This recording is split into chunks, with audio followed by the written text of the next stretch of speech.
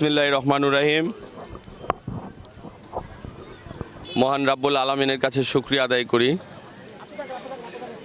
দীর্ঘদিনের কামরাঙ্গীরচরের যে একটা সরু রাস্তা, এই সরু রাস্তাকে সম্প্রসারণের ক্ষেত্রে আজকে আপামর জনগণ রাস্তায় নেমে এসেছে।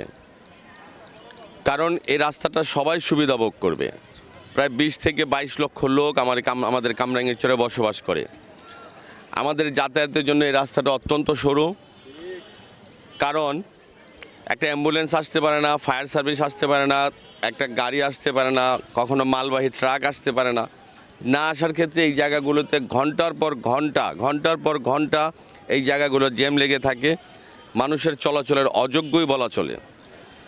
তা আলহামদুলিল্লাহ আমাদের মাননীয় এমপি মহোদয় আলহাজ হামিদুর রহমান হামিদ ভাই ও ঢাকা দক্ষিণ সিটি কর্পোরেশনের বর্তমান প্রশাসক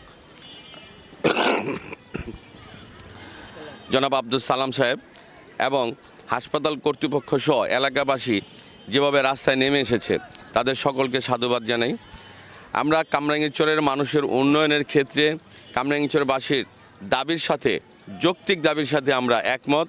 সেই যৌক্তিক দাবির সাথে অনেক চ্যালেঞ্জ মোকাবেলা করি এলাকারবাসীর সুবিধার্থে আমরা আজকে এই কাজের উদ্যোগ নিয়েছি।